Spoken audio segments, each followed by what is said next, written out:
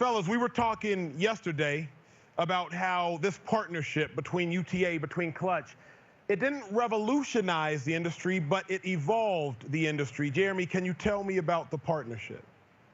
Well, the partnership for me really sprang out of our desire to be in sports. And when I sort of looked around at what was going on, the company and the agency that was doing it the way I would dream about doing it was Clutch. And so when I was able to talk to Rich, and he talked about his foundation of how he wanted to, really be engaged in the lives of the athletes, inform them, educate them, give them opportunities for a, full and rich career on and off the field, that really matched the way we looked at how we like to represent our artists. So it made a lot of sense immediately to me.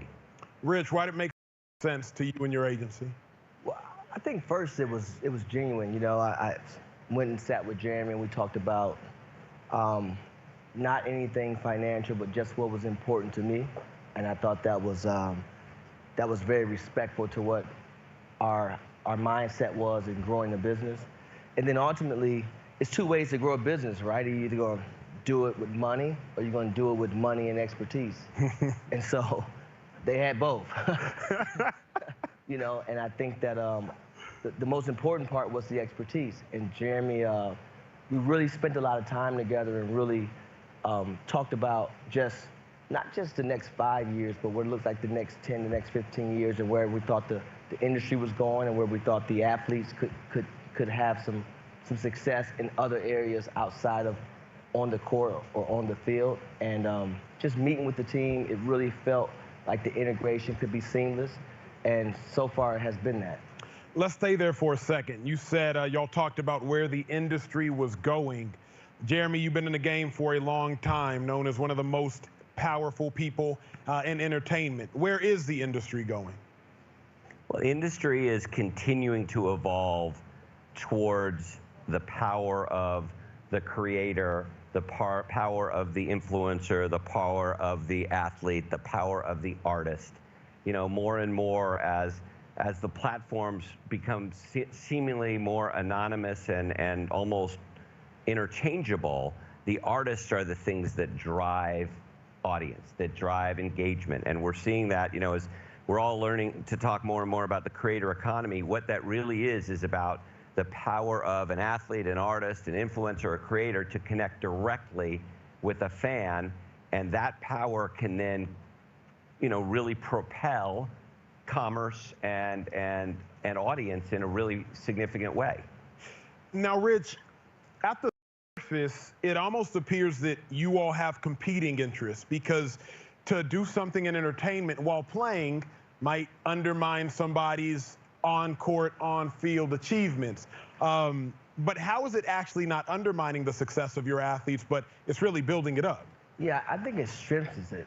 It's not undermining at all. I think if you look at some of the things we've been able to accomplish together, it has really strengthened the foundation and also the understanding of where we're trying to go. So I don't box anybody in. I think you're just an athlete is a creative is an athlete. You're covering the field no matter what business sector that you're in. And so the UTA partnership has really allowed us to really have a even stronger foundation in what we do as a company. It's definitely not undermining, because there's a lot of times where we may be, not totally what you call seasoned in the space, and you could just go across the hall and somebody been there 20 years that's done this time and time and time again.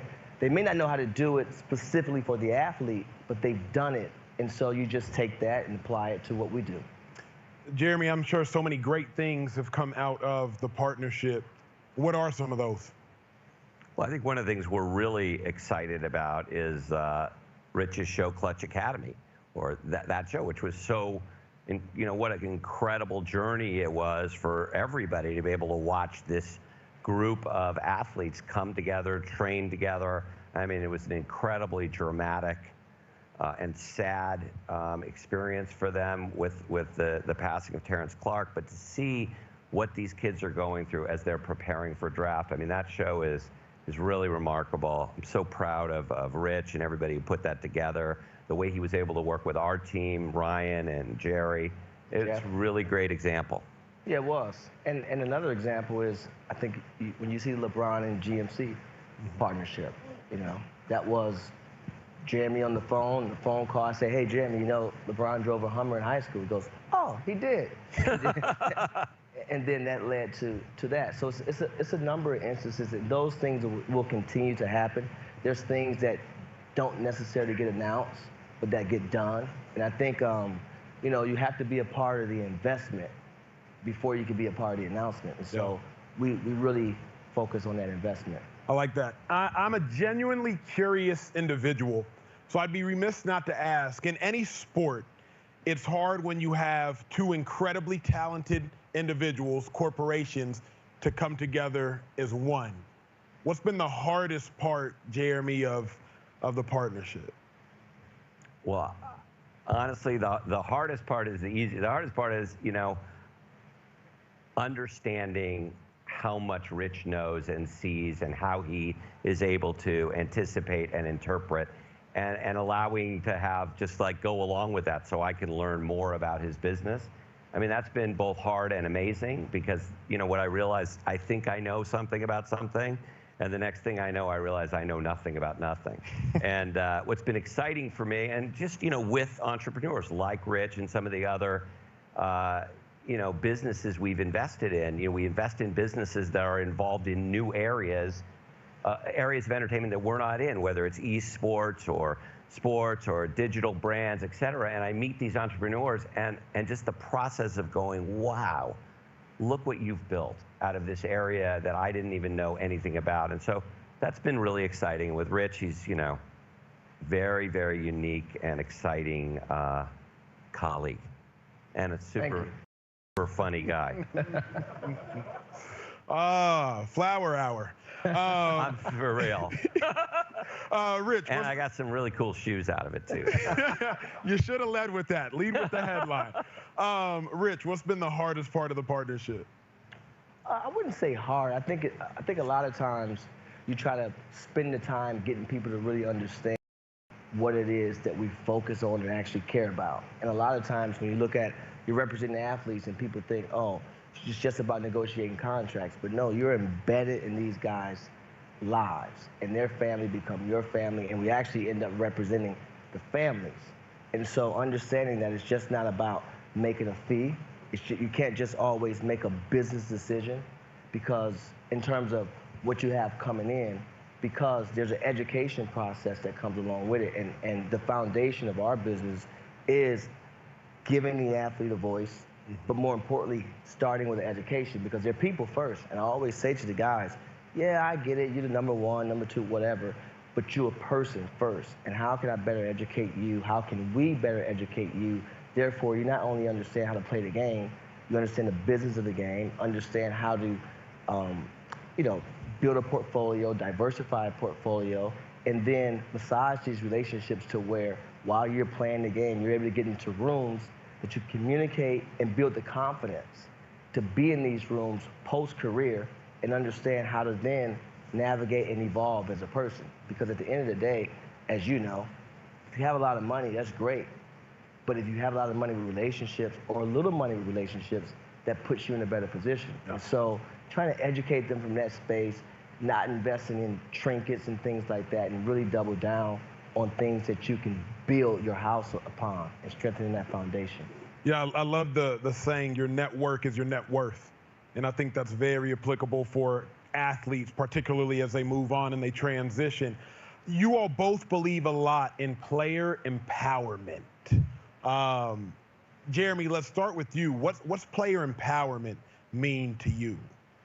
I think to me, what I mean, you know, to ask me when Rich is sitting right here is, you know, but what I think it means is allowing the players to understand the role they can have, the voice they can have on their own behalf, on the behalf of their beliefs, on the behalf of what's important to them, and helping them find that voice and express it appropriately and become part of the conversation, as opposed to, you know, as opposed to shut up and dribble.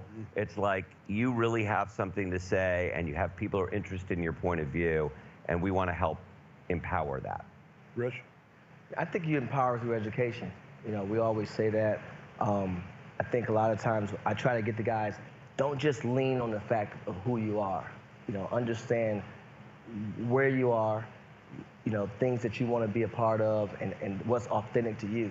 And so I think it's important for players, no matter what gender, to have empowerment, but also lead with the education. Therefore, you're not just saying things just to say it, or you understand when issues come about, you really take a step back before you speak and understand what that issue is and how it affects you, and speak on that specific thing, or how it, because everyone is affected different.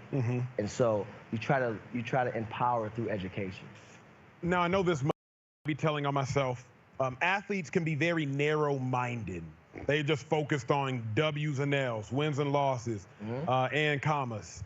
But with that being said, Rich, how hard has it been? Has it been difficult trying to get your athletes to buy into a larger vision than just the game? Yeah, I mean, it's extremely hard, because a lot of times there have been so many habits that have been not built properly on their journey to get where they're at, right? And so you have to tear that house down and build the house back up again. And everyone don't want their house tore down. Everyone don't want to go through that process over again. And then you have the dependence. And I always try to tell the guys, there's assets that appreciate, and then there's depreciation, you know, and you want to limit that, whether it's items, whether it's people, etc., and really focus on infrastructure. But again, you're talking about, you're saying this, and it's not the conversation that they want to hear in the moment, because you're in year 10, they're in year 1. They're still trying to gain that notoriety and that cool, and, you know, be accepted in this room that they always wanted to be in. And so trying to get them to understand what's important 10 years from now, when they just got the check, you know, it's very difficult. But for those that do, they tend to do better. And I know what that looks like, right? I mean, I was there with a guy at 16 years of age, 17 years of age. And so it's extremely important. And that's the fight. That is the real fight. You know, that is the real fight, because the competition is saying the opposite. Competition is saying, yes, yes, yes, yes, yes, yes, yes, yes, yes, yes, yes, yes, yes, yes. And then the minute you come in that room and you say no, well, that's no different than the AAU team saying, you know what, play for us. We'll get your iPad. We'll get you the pair of Jordans. We'll pay for your family to travel. So they build these habits along the way that's really bad habits, especially going into a business practice, right? Because those were amateur athlete decisions. Now you have to make professional athlete decisions. And there's a big difference between an athlete and a professional athlete. So that's deep. Jeremy is the CEO of UTA, greatest agency in the world. Thank I am you. partial. I attested that. As a CEO of UTA, you got your hands full. Infrastructure, Rich brought up. You're talking about so many different things, from entertainment musically to television to movies, everything. Why was it? Podcast. I could go on, but again, they got to get to drinks. They got to get to drinks. Why was it so imperative to broaden into the sports space? Well, I think just, you know, what we want to do is be, first of all, we want to be where the eyeballs are, and we want to be where passion is. And some things have very narrow audiences and deep passion, like our fine arts practice. But there are a few things in the world, and it's music, sports, and entertainment, that have the broadest audience and that touch people and move people and enthrall people. And, you know, sports is there. You see it everywhere you go. You're going to see it this weekend.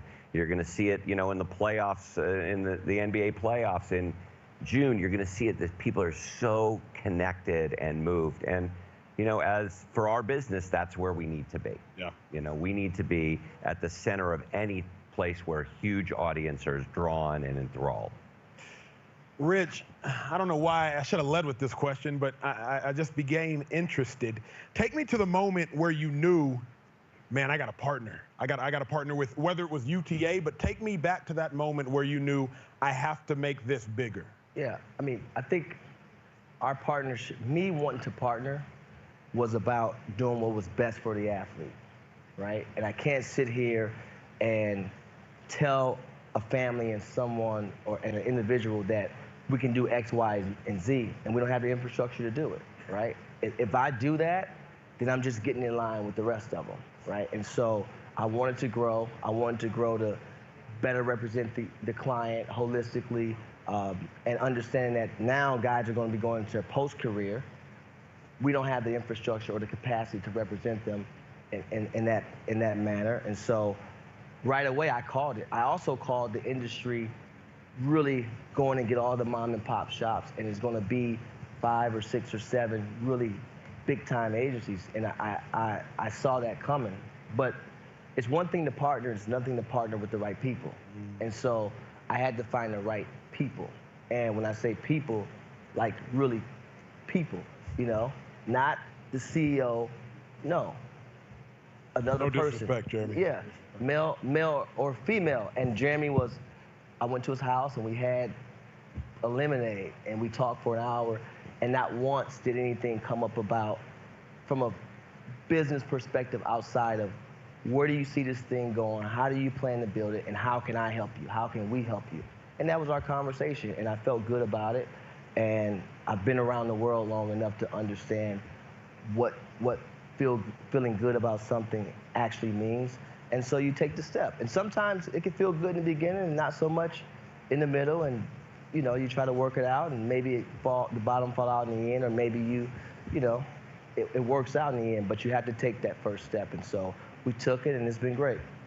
Jeremy, you don't really seem like a lemonade kind of guy. That's really about all I took. I'm an Arnold Palmer kind of guy. Cultural currency. Let's talk about that term, that word, cultural currency. I see y'all both nodding your heads a little bit. Jeremy, speak on that.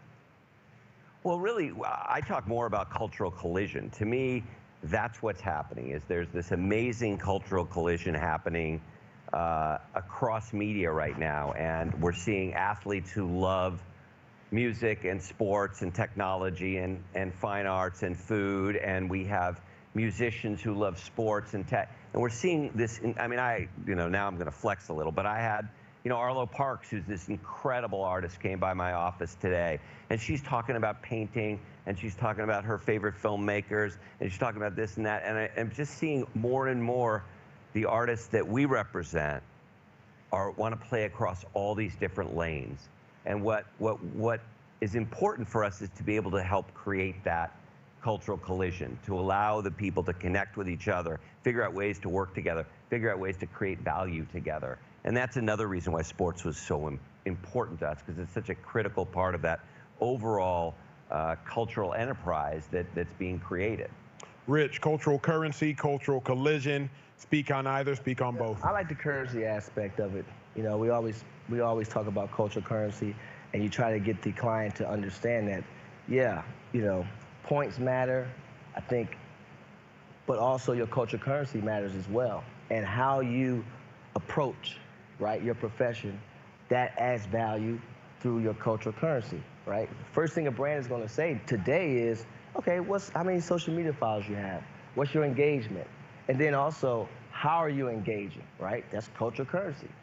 And most guys don't understand that. They think, oh, I go out here and I score 30 points a night, it's going to lead to $1 million a year. No, it doesn't. It really doesn't. And so trying to get, again, going back to that word, educating everyone in our field on the layers that it takes to be successful, because there's layers to it, right? It's not just flat. And so cultural currency is a major thing. In every industry, I really believe that. I talk to a lot of my friends in the music industry and tell them the same thing. It matters. It matters. And that's relevant from a global perspective. I get it. Everyone knows you in Atlanta. Everyone knows you in New York and LA. But if you go to London, nobody don't know you. Then you got work to do. And it's a big dynamic. And so, again, that's just perfecting your craft holistically. So many people might think, though, if you knew what Clutch needed to do and where they needed to expand, why not just do it yourself? Well, because, again, the do-it-yourself really gets you bankrupt.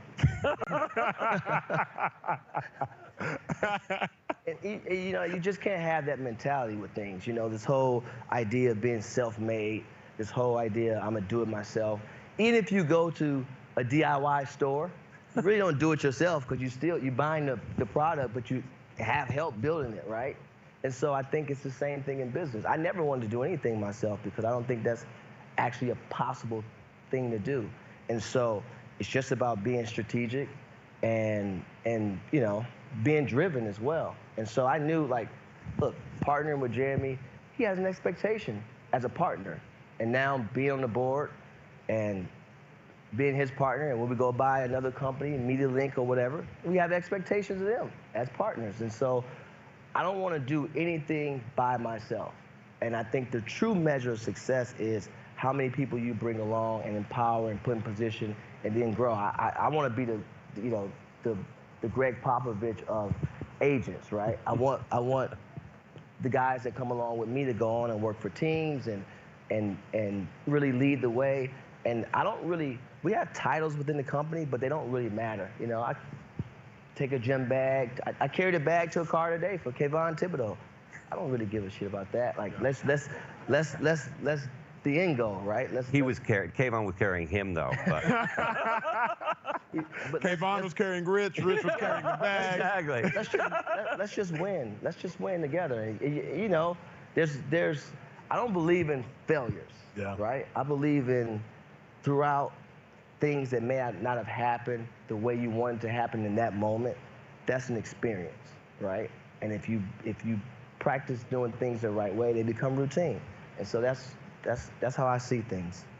Jeremy, you're typically always one step ahead.